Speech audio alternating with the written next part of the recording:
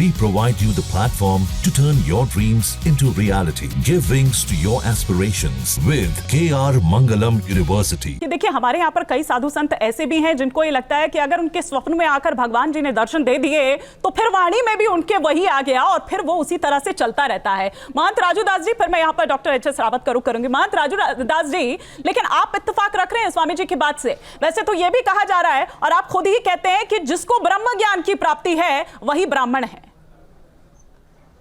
पहले तो सबके लिए मंगल कामना। विषय बहुत गंभीर है, लगातार कई दिनों से इस विषय पे डिबेट चल रहा है। पूज्य ब्रह्म मूर्ति जी बैठे हैं, बहुत विद्वान हैं, महापुरुष है।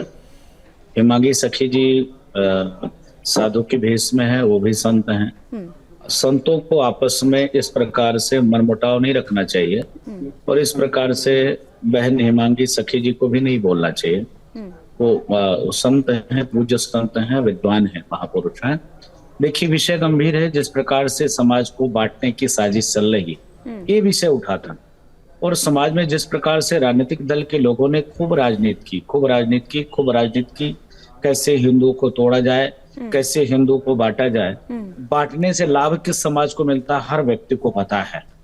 और उसने ऐसा साजिश करने का प्रयास भी किया। कुछ दंगे भी कुछ जगह हुए, लेकिन मैं आभार व्यक्त करता हूँ सर्व समाज के हिंदुओं से, जिसने इस विषय को दंगे के रूप में परिवर्तित नहीं होने दिया, बचाया। देखिए, जिस प्रकार से पूरे दुनिया में सनातन संस्कृति, हिंदुत्व और पूरे विश्व की मानवता को एक ही समाज का व्यक्ति लेके आगे बढ़ता है, चलता है, वो ब्राह्मण समाज सदैव अपने आप को सनातन के लिए समर्पित रखता है। सदैव वेद, उपनिषद, शास्त्र, कथा, पुराण, भागवत, इस पर चिंतन, इस पर मनन, इस पर पीएचडी, तमाम प्रकार से वो वेदों के बारे में अध्ययन रखता है। इसके नाते वेद मूर्ति जी ने कहा कि ब्राह्मण को ही अधिकार होना चाहिए। लेकिन आज के परिप्रेक्ष्य में जिस प्रकार से समाज को बांटने की साजिश चल रही है, क्योंकि अब ब्राह्मण भी आईएएस, पीसीएस, डॉक्टर, साइंटिस्ट अलग अलग विधाओं में निपुण होते जा रहे हैं। पहले ब्राह्मण सिर्फ पढ़ना और पढ़ाना, सनातन की प्रचार, सनातन की रक्षा, वेद के माध्यम से, पुराण के माध्यम से, उपनिषद के माध्यम से सबको ठीक करने का कार्य करते थे। अब ब्राह्मण हर क्षेत्र में है। इसके नाते अब समाज को भी, हर क्षेत्र में जो समाज है उसको शास्त्र के माध्यम से बांधने का कार्य होना चाहिए। अगर शास्त्र के माध्यम से हर वर्ग को नहीं बांधेंगे आप, तो मनमुखी होते चले जाएंगे, वामपंथी होते चले जाएंगे, कम्युनिस्ट होते चले जाएंगे और सनातन को गाली देंगे, हिंदुत्व को गाली देंगे, ब्राह्मणों को गाली देंगे, साधु संतों को गाली देंगे और सनातन को तोड़ने का प्रयास करेंगे। भारत में भी नवराज्य में हम अल्पसंख्यक होने के कगार पे हैं।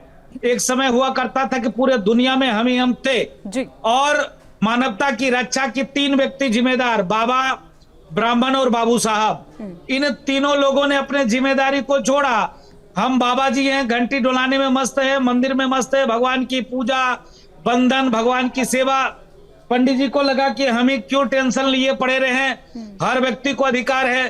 बाबू साहब को लगा कि हम क्यों झगड़ा करते रहे, जिसका परिणाम स्वरूप है कि देखिए ना, रामचरितमानस फाड़ने, जलाने और प्रतिबंध करने की लोग बात करते हैं। इसी हिंदुस्तान में इसी राजनीतिक दल के लोगों, ब्राह्मणों को, तुलसीदास जी को गाली दिया जा रहा था। रामचरितमानस फाड़ने, जलाने और प्रतिबंध करने की बात हुई थी और माननीय अखिलेश यादव जी हंस रहे थे, उसी मंच पे ठहाका लगा के हंस रहे थे। बिहार का शिक्षा मंत्री जिस प्रकार से रामचरितमानस को नफरती ग्रंथ कहता है, वो लोग ठहाके बजा के हंसते हैं। तो इस प्रकार से डिबेट नहीं होना चाहिए। हर व्यक्ति को अधिकार है, अगर शास्त्र का जिसने अध्ययन किया, जिसने शास्त्रों पे चिंतन किया, जिसने वेद, पुराण, शास्त्र, उपनिषद को पढ़ा, जिसने नित्य कर्म क्रिया का अध्ययन किया, ठीक है, उस कथा कह सकता है, कथा सुना सकता है। हाँ। ऐसे वेद मूर्ति जी ने भी कहा। जी जी। ठीक है, मैं एक क्विक कमेंट यहाँ पर स्वामी जी, आप यहाँ पर सुंदर बात कही राजू दास जी ने। हाँ, लेकिन देखिए, शॉर्ट में हम लोग रखिएगा जात जी। पात की करो विदाई, हम सब हिंदू भाई भाई। और अभी हमारी कथा वृंदावन में हुआ, हमने वहाँ कहा था कि अगर यादवों को अपनी शक्ति दिखानी है तो आइए, लेकिन हम उन्होंने लोग बीच भी में तुम्हारे एक बात और साथ कही कि चलते हैं। समय बहुत आगे कृष्ण निकल जन्मभूमि चुका है। की क्यों नहीं बात करते? उन्होंने बात एक और आज कही। बांग्लादेश में हिंदू काटा जा रहा है, कश्मीर में हिंदू मारा गया, वहां पे क्यों नहीं अपनी ताकत दिखाई, अपनी ऊर्जा दिखाई? सिर्फ ब्राह्मण ही है तुम्हें दिखाने के लिए?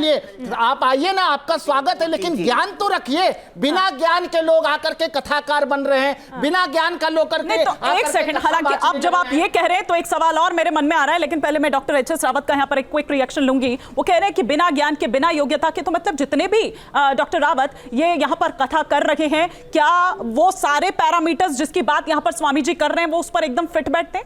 नहीं, बिना ज्ञान के तो ब्राह्मण को भी अधिकार नहीं है। क्योंकि अगर कोई खाली जाति का ब्राह्मण है और वो कथा बोलता है, उसको भी कोई ज्ञान नहीं है। Exactly. वो कथा नहीं कह सकता।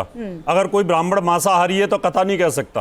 अगर कोई तंबाकू खाता है, शराब पीता है, मदिरा का सेवन करता है, दुराचारी है, वो कथा कहने का अधिकार ही नहीं है। क्योंकि पहले जाति कोई भी हो, अगर व्यक्ति अपने चरित्र से शुद्ध है और उसको बाकायदा ज्ञान है, शास्त्रों का ज्ञान है, उसको विधि विधान का ज्ञान है, क्योंकि कोई भी पूजा पाठ और कथा या व्यासपीठ पर बैठना, मंत्रोच्चारण करना या पूजा पाठ कराना, वो व्यक्ति कर सकता है जिसको विधि विधान का वैज्ञानिक आधार और आध्यात्मिक आधार पता होगा।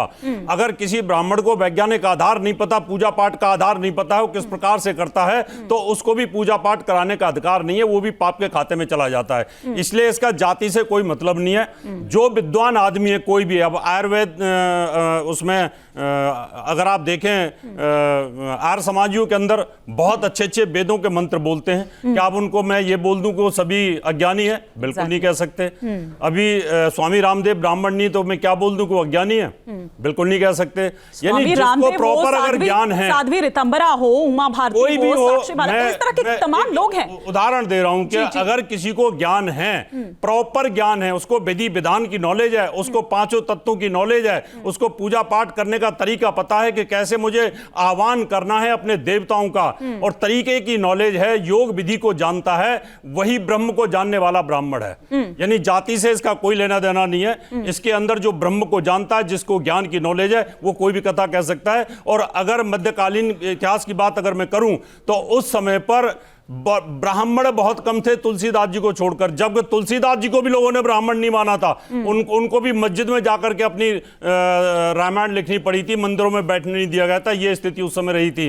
तो उस समय मध्यकालीन में बहुत सारे ऐसे लोग थे जो ब्राह्मण नहीं थे, लेकिन उन्होंने भजन गा गा के गली गली में जाकर के हिंदुत्व की रक्षा की और हिंदू धर्म को बचा के रखा। इसलिए हमारे यहाँ चारों वर्ण ही पूजनीय, सब एक दूसरे के साथ जुड़े हुए हैं, सब एक दूसरे के साथ तालमेल बैठा करके काम करते हैं, तभी इसका आनंद भी आता है। बिल्कुल, जहाँ भक्ति है हर शब्द में, कथाओं में छिपे हैं दिव्य रहस्य, और ज्योतिष देता है जीवन को दिशा। धर्म से जुड़ी हर बातों को जानने के लिए हमारे चैनल स्तुति को सब्सक्राइब करें। चैनल पर जाने के लिए इस लिंक पर क्लिक करें।